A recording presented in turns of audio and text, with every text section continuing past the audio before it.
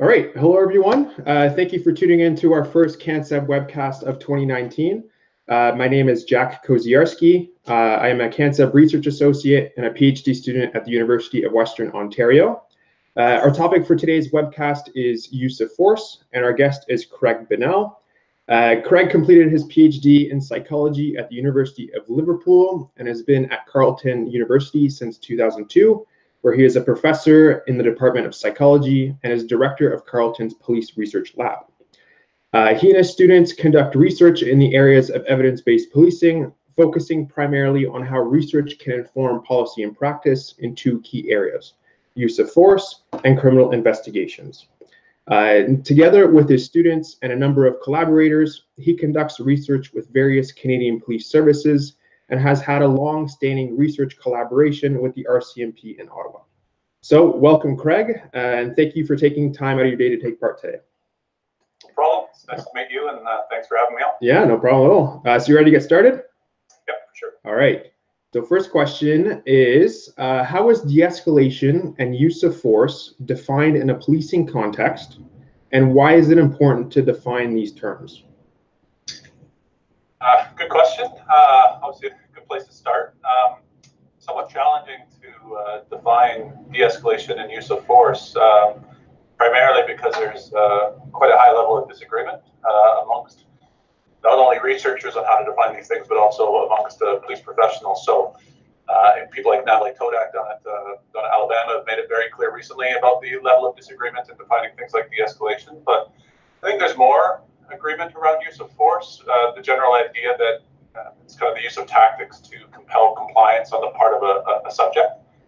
Some disagreement about what levels of force should be included within the definition, whether it has to require the application of force or hands-on force or some sort of intermediate weapon or lethal weapon, or whether things like police presence or verbal commands should be included in the definition of force. But generally, I think most people consider it some application, some action taken by a police officer to compel compliance. I think there's much more disagreement around de-escalation and how that should be defined. I think generally people accept that it's sort of an attempt to sort of reduce a situation from high conflict, high tension, high harm to lower conflict, lower tension, low harm. But I think there is real disagreement.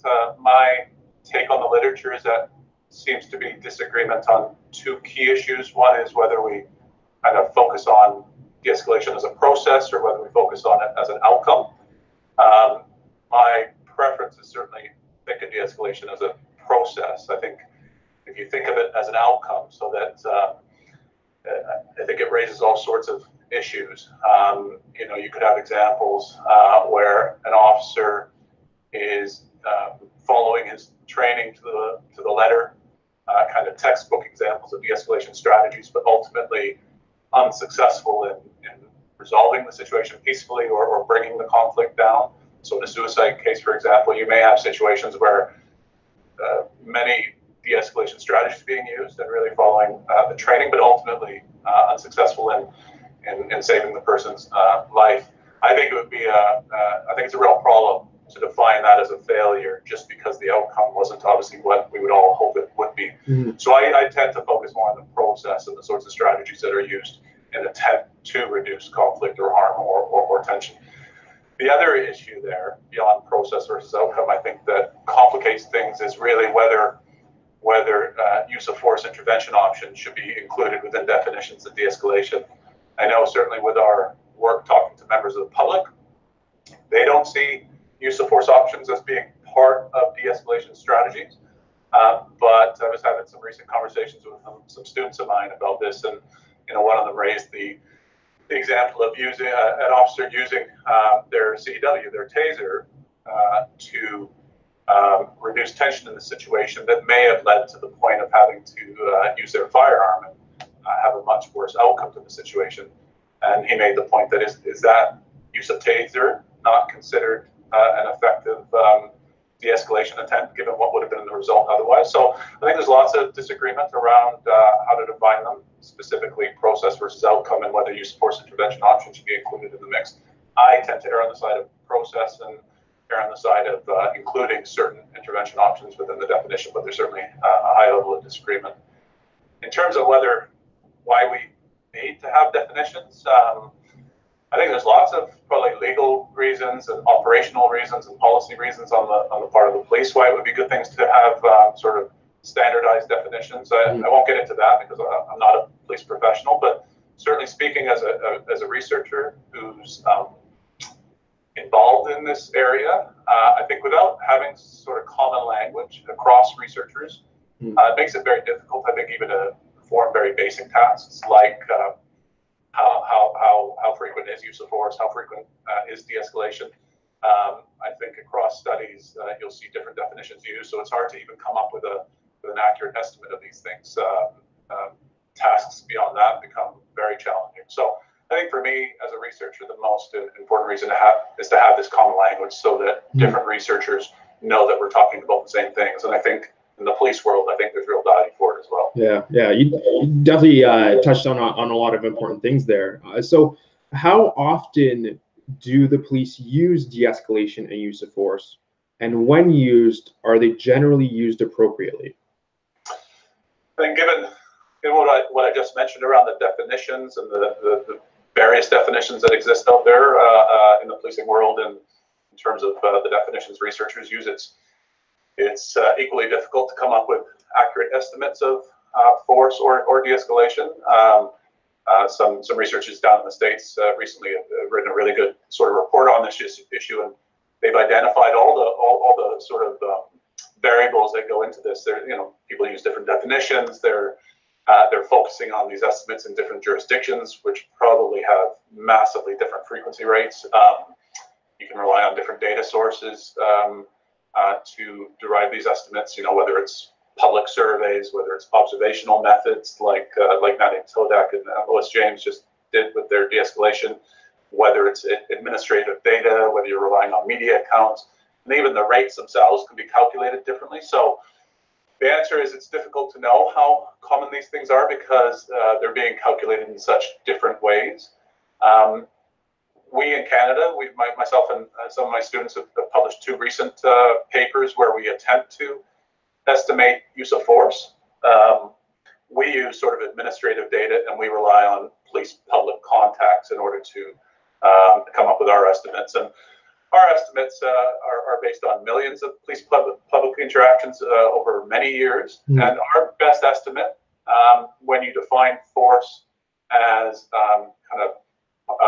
physical application of force, strikes, stuns, takedowns, and so on. So that upwards, not including things like draw and display, but actual applications of force. Our estimate is that percentage-wise is that use of force occurs in about 0.10% of those cases. And that's based on, in one study, 4 or 5 million interactions, the other study, 10 million interactions over a very long period of time. So 0.10 in Canada, Dr. Christine Hall out of BC has also come up with estimates. Our estimates jive with hers. It's around 0.10%. Less familiar with rates in the US. Read a few papers that I think 2% or less seems to be, again, depending on all of these different variables that I spoke of originally. So I think it's safe to say that it's a lot lower than a lot of people expect. But you do get variations in estimates across studies. Our best estimate in Canada is about 0.10%. Lethal force obviously being a small fraction of that. Again, the extent to which, so presumably in the other cases, either the cases don't require de-escalation or force, or officers are successfully de-escalating those situations, or they happen to de-escalate naturally by themselves. So in terms of estimates, that's our best guess up here in Canada based on our research.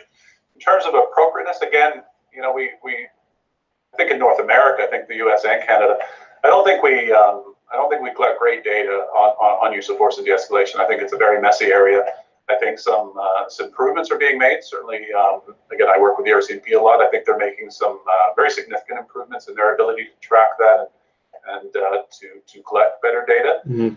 I would say my best guess is that in the vast majority of cases, officers are using de-escalation and use of force appropriately, simply because of the the number of incidents where you see use of force being used versus the number of incidents that are carefully scrutinized and that we hear about. Those are typically the cases where things have gone wrong, where unjustified decisions have been made, excessive force has been applied, maybe force has been applied in a at least seemingly biased manner. Mm-hmm. Those cases are few and far between relative to the number of cases where force and de-escalation are applied. So based on that, and based on my own experience of looking at data and talking to a lot of individuals about this, I would say in the vast majority of cases, police officers are doing this appropriately. But of course, there are some cases where unjustified decisions are made, excessive force is applied, biased decision making can be seen. But I think I think those are relatively rare cases. Very serious when they happen, but relatively rare. Okay. So what factors then influence the quality of de-escalation and use of force decision making? Yeah, I think as researchers, we're coming to grips with that. I think historically we focused a lot on what factors lead to use of force decisions, subject factors and neighborhood factors and officer characteristics and so on. More recently, I think we're getting into kind of what impacts the quality of these decisions when they are made. Mm-hmm. I think generally speaking, I would say what the research has identified is any variable that increases the complexity of the situation is likely to have a negative impact on the quality of the decisions that are made. So, variables like anything that increases the ambiguity in the situation, anything that increases the physiological or psychological stress that the officers are experiencing, anything that increases the cognitive load that an officer is experiencing at the time, which is a particular problem, obviously, for novice officers.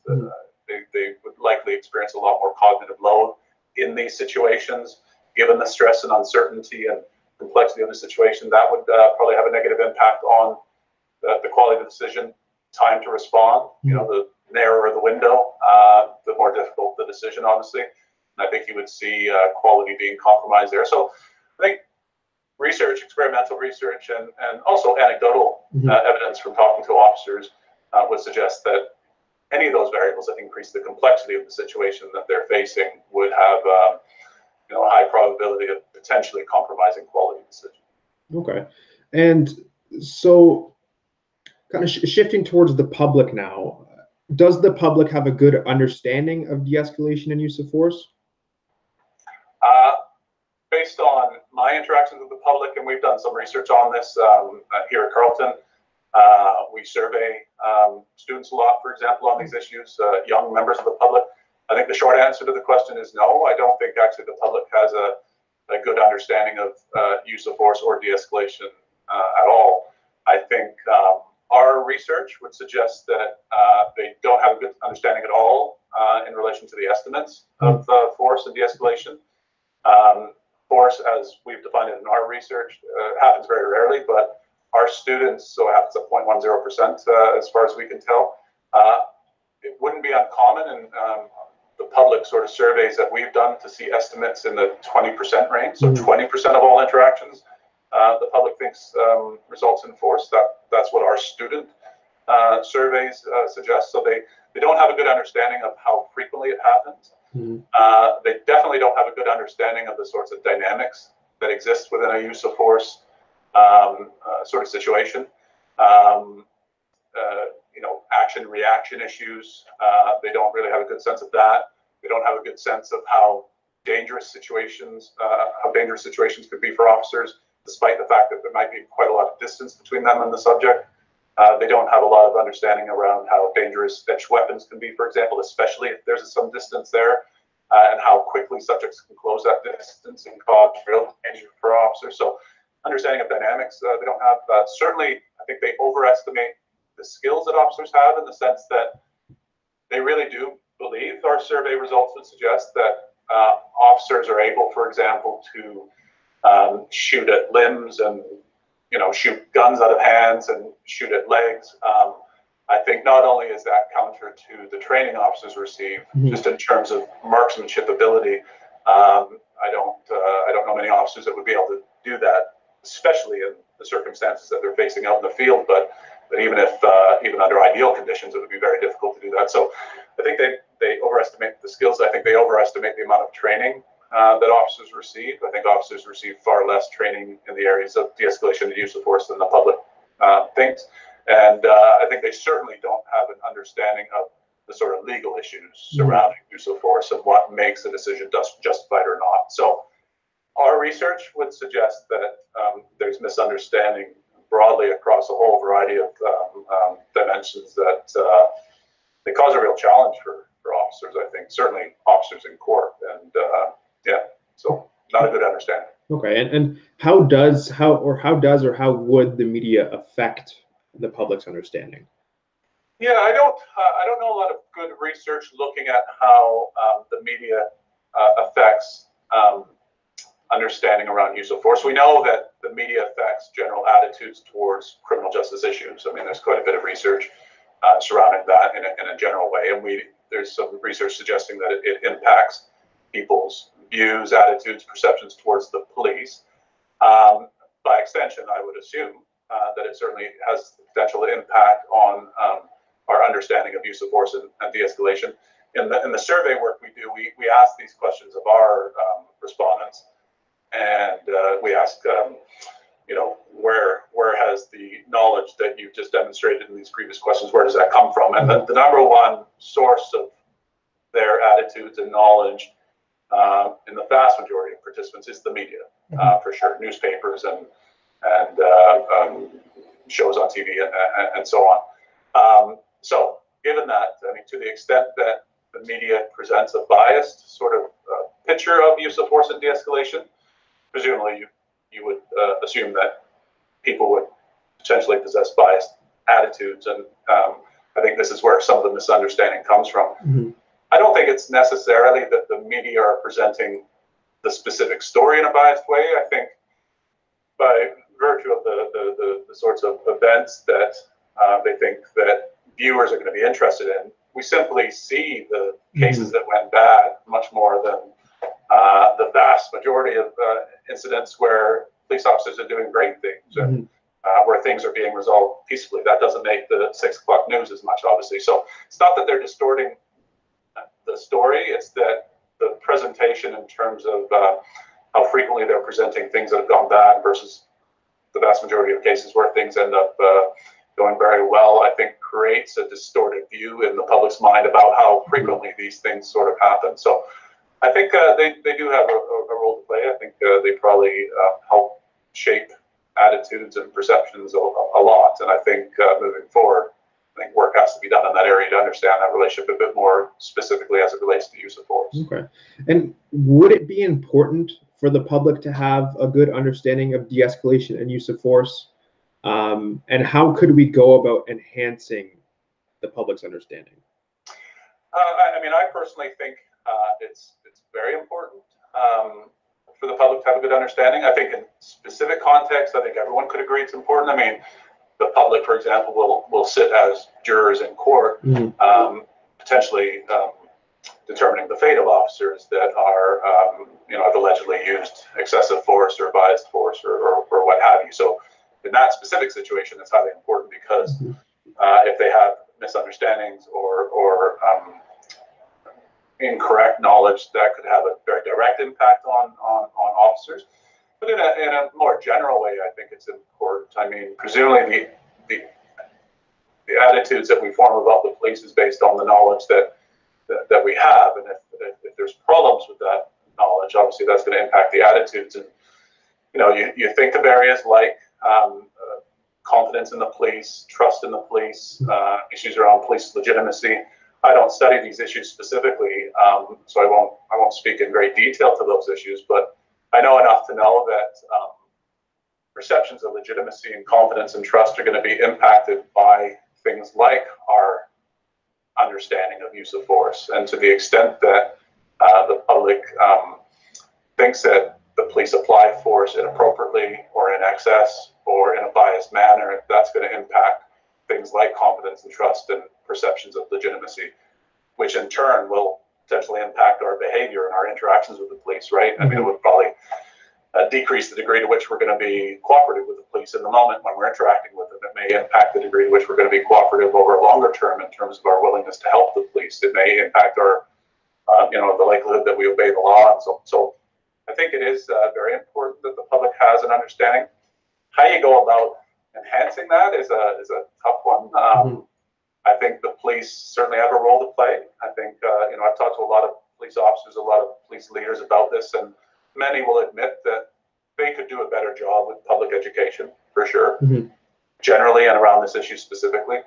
I think there are examples of this happening. I think there's great examples of the police bringing in people, the public, members of the media, and putting them through training. And I think the stories I've heard, the attitudes of those individuals change as a result of going through that training and seeing for themselves what officers have to deal with. So I think that's great.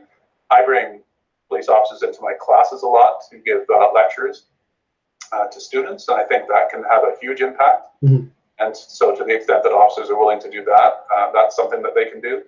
As I've said previously, I think the media plays a role here as well, and I think the police have to work with the media to make sure that accurate information is being presented to viewers.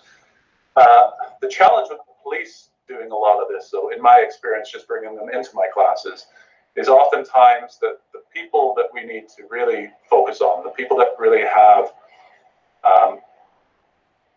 incorrect knowledge or biased attitudes, sometimes the police aren't in the best position to change the attitudes of those individuals. I'll have students tell me that they think those officers are biased. Of course they're saying that. They're the ones doing the shootings. So I think they have a role to play, but I don't, I'm not sure that they're going to have the impact doing it alone.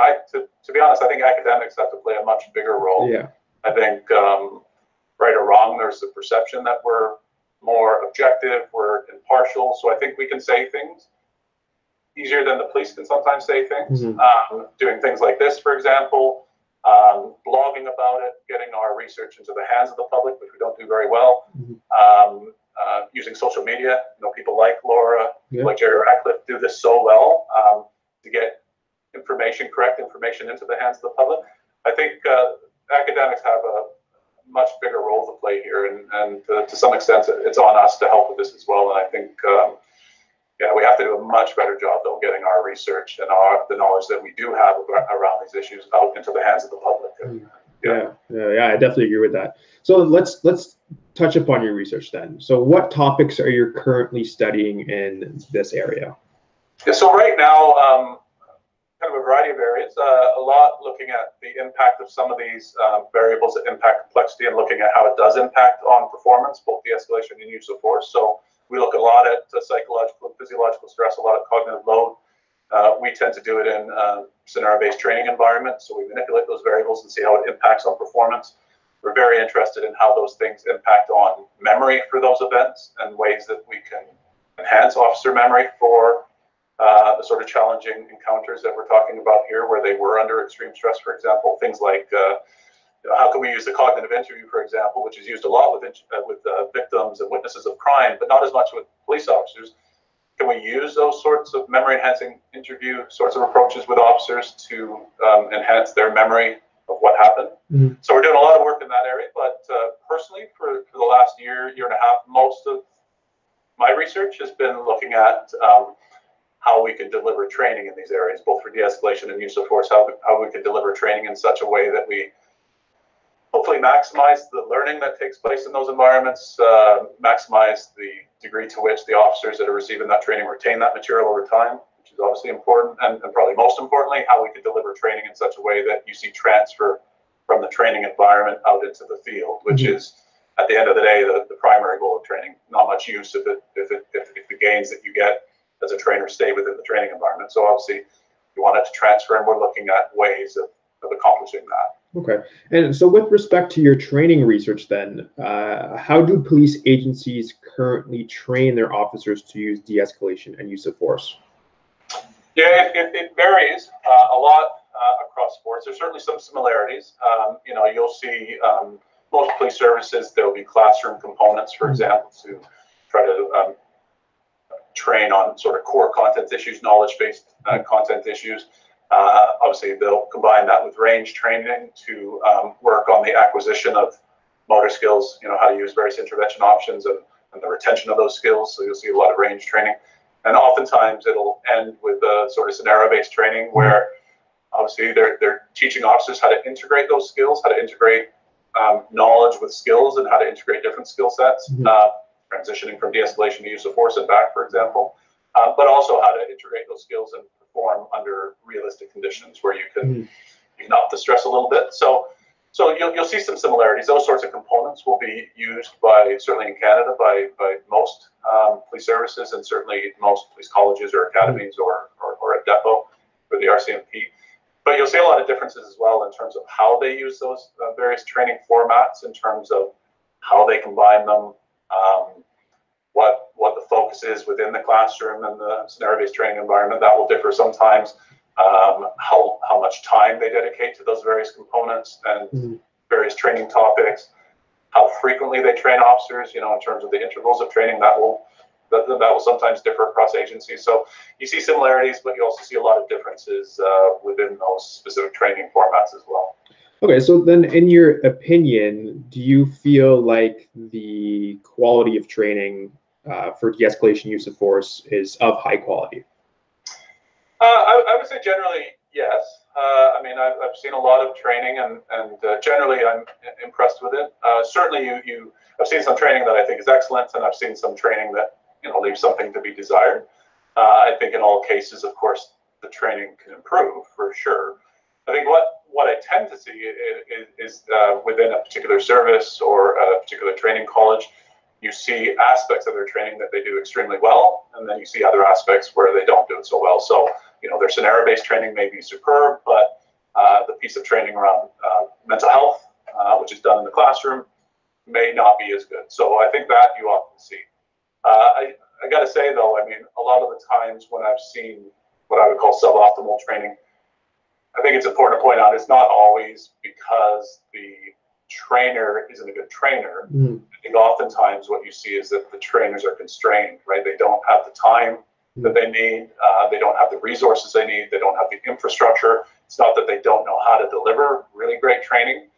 It's that the constraints that exist within their environment limit what they can do. So I don't want to make out as if all instances of suboptimal training is simply because the trainers aren't providing good training. I think very frequently you see these sort of constraints that are kind of hamstringing, those the trainers, and they can only do what they can do given the resources they have. So it varies, but generally speaking, I've been quite impressed with most of the training I've seen. Okay, and are there certain competencies that training should focus on? Yeah, in terms of competencies within the officers. Yeah, I mean, our recent research has really focused on this a lot, and we've done lit reviews trying to understand what are the key competencies. We've come up with 12 competencies that I think relate to an officer's ability to use de-escalation and use of force strategies well in the field. So I just wrote these down so I don't miss any, but to the extent that these can be focused on, and I'm not saying they should be focused on in any given training session, there's obviously too many, and it may be that they're focused on at different parts of an officer's career. It may be that some of these competencies are best dealt with at the front end when they're getting basic training, and that those issues don't have to be dealt with again throughout their career. It may be that you want to focus on some of these competencies every couple of years, and it may be that some are so important that you want to focus on them more regularly. So the 12 that we've identified as being important are knowledge of organizational policies around de-escalation and use of force, and also knowledge of relevant law. I think that is a key competency. You have to know what your organization says about your CEW. You have to know what the law says about when and how you're allowed to apply force. So that's one. I think an understanding of mental health issues is key, given how frequently officers are going to be interacting with persons with mental illnesses, and that's important. I think the ability to interact effectively with diverse groups. Again, in our research, we've focused on different ethnic groups, but it would apply to any groups in society. I think that is key. Certainly an awareness and management of stress effects, I think, is absolutely crucial, given that how not being able to manage your stress may compromise some of the other skill sets that I'll mention. So that's really key. Communication skills, obviously very important, especially in relation to de-escalation. So that's a key skill. Decision-making and problem-solving skills obviously have to be dealt with. Perceptual skills, both in terms of picking up on risk cues, but also being aware, situationally aware, knowing when the environment is changing, knowing that, okay, right now I'm in a use of force kind of state, but knowing when the environment is changing to maybe transition to de-escalation, or vice versa, where you're de-escalating and knowing that now the environment is changing, such that I have to transition to a use of force intervention option. So those sort of perceptual skills, I think, are key. Motor skills, of course, are hugely important, especially as it relates to intervention options. And practicing those motor skills under conditions of stress, I think, is really important. Emotion and behavior regulation in our research has come out as a very important competency on the behavioral side, sort of self-control, being able to inhibit inappropriate behavioral responses. On the emotional side, sort of teaching officers how to rise above the conflict, not take things personally, being able to control their emotion in the heat of the moment. Professionalism, obviously hugely important, and that has to be targeted. And then the two last one are tactics.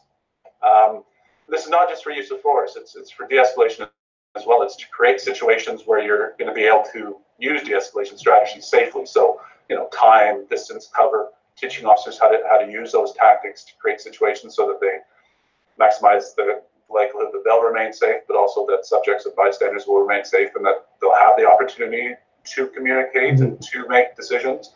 And then lastly, something that isn't focused on as much as I think it should be is post-event articulation. So teaching officers how to explain what they did, why they did it, explain the risk assessment process, but explain it using common language that people understand, that judges, lawyers, jury members would understand, rather than resorting to technical jargon and so on. I think that is a very important skill for officers. So those are 12 that we've identified that I think you would want to focus on to some extent during training, for sure. Okay.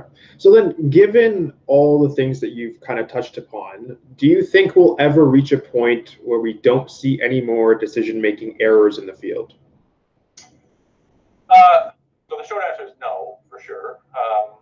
I think, again, based on my conversations with instructors, there's no question that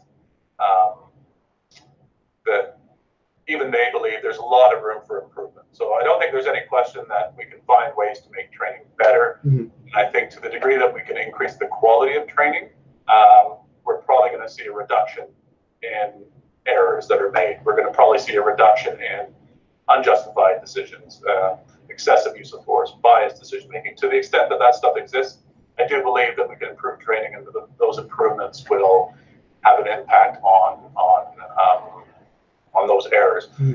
But I think some people that I've spoken to and some things that I've read, they kind of present training as if it's sort of a silver bullet, that so long as we give great training, that these things will take care of themselves. And I think that's I think unrealistic and somewhat naive, in all honesty. I think a good way of looking at it is if we look at people that receive fantastic training. I would hold elite athletes out as an example. Olympic athletes. I think Olympic athletes probably receive some of the best training that's out there. It's often very individualized. They have teams around them oftentimes of trainers and other specialists that are designing training programs for them. The frequency is very high.